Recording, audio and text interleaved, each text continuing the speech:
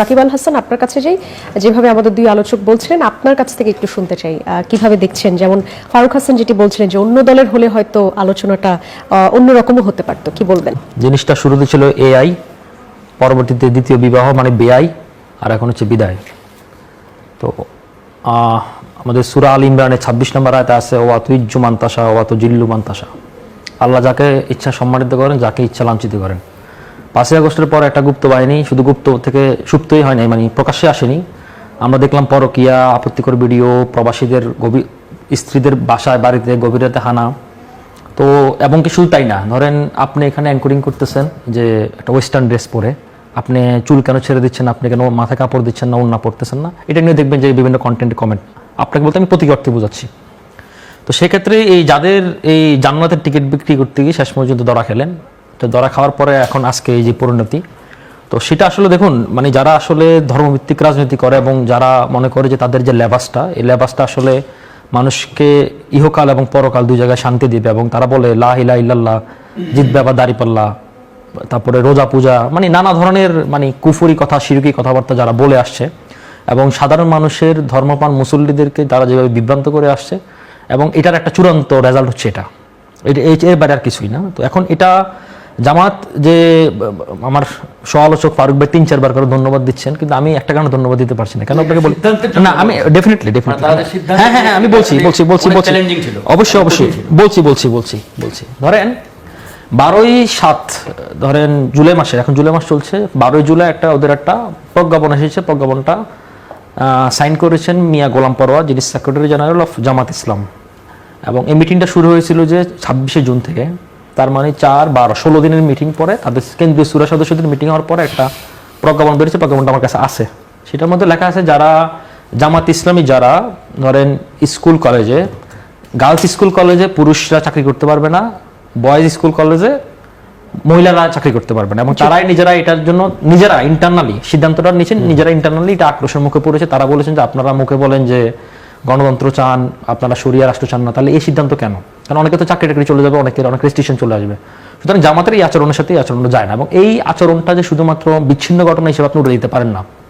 কারণ কি, জামাতের ধরেন আপনার 1 by 1 যদি আপনি লেয়ার দেখেন, আপনার এই তারা জুলাই সনদ নিয়ে খুব মাতামাতি না, জুলাই সনদে যে সাইন করেছে, স্বাক্ষরিত জুলাই সনদ অধ্যাদেশও রয়েছে, সেখানে বলেছে যে আবার তারা 5% নারী আস্তে আস্তে থেকে 15% করবে, একজন সিঙ্গেল নারী ওরা দেয়নি। এই ইলেকশনের আগে জামাতের আমির তারা বলেছেন যে তারা তাদের দলে কখনোই একজন নারী কখনো আমির হতে পারবে না। অথচ বাংলাদেশের কনস্টিটিউশনের 27 নম্বর অনুষ্ঠিত বলা আছে নারী পুরুষের সকল ক্ষেত্রে সমান অধিকার থাকবে। তারপরে এদের প্রত্যেকটা আচরণে দ্বিমুখী, এবং এই দ্বিমুখী আচরণ আপনি একটা কারণে যে আমি খুব ধন্যবাদ দিই, বাবা দিয়ে জামাতকে মাথা উঠে দিব, এটা আজকে এই ঘটনা হওয়ার পরে এই পর্যায়ে এসে আপনি তাকে বহিষ্কার করতে বাধ্য হয়েছেন, কারণ পুরো দেশব্যাপী এটা শোরগোল হয়ে গেছে। এগুলো একটা সাইড। এবার সেকেন্ড সাইড আমি একটা বলি, এটা হচ্ছে পলিটিক্যাল সাইড। আবার অন্য সাইডটা আমাদেরকে খুব, এটা আমাকে খুব ভাবাচ্ছে আজকে সারাটা দিন। ধরেন এই ঘটনাটা একটু পর্যালোচনা করেন, যে মেয়েটার বয়স 16 বছর, একটা 16 বছর বয়সী মেয়ে ফার্স্টে চাকরির জন্য তো গেছিল, ডিওটা আমরা দেখলাম, জোর সুপারিশ দেখলাম গ্রিন কালিতে। তো সেখানে দেখলাম মানে একটা তার আর্থিকভাবে সে সচ্ছল না, মানে তখন তার কাছে চাকরিটা খুব জরুরি। তার মানে চাকরির বিনিময়ে তাকে তার সম্ভ্রমহানি বা তাকে এই জায়গায় পারমিট করতে হচ্ছে, এটা একটা লজ্জাজনক ব্যবস্থা। এবং জুলাইয়ের পরবর্তী সময় আমরা কিন্তু দীর্ঘদিন থেকে বলে আসতেছিলাম যে আমাদের কর্মক্ষেত্র নারীদের জন্য কেন নিরাপদ নয়। এটা যে কোনো ক্ষেত্রে, আপনি যদি মিডিয়া বলেন, ক্রীড়া ক্ষেত্র বলেন, চিকিৎসা ক্ষেত্র বলেন, ব্যাংকিং ক্ষেত্র বলেন, সব ক্ষেত্রেই এটা কিন্তু একটা নতুন দিক উন্মোচন করলো। তার চেয়ে আরো বড় ডেঞ্জারাস বিষয় আপনি দেখেন, যেখানে এত বড় একটা ঘটনার পরও মেয়ে নিজেকেও পরবর্তী বিবৃতি দিতে হয়েছে, মেয়ের বাবাকেও বিবৃতি দিতে হয়েছে। এবং আরো মজার কাহিনী হচ্ছে কি, যে এটা লিকটা করেছে সে হচ্ছে কি মেয়ের মানে মামা, মানে ড্রাইভার।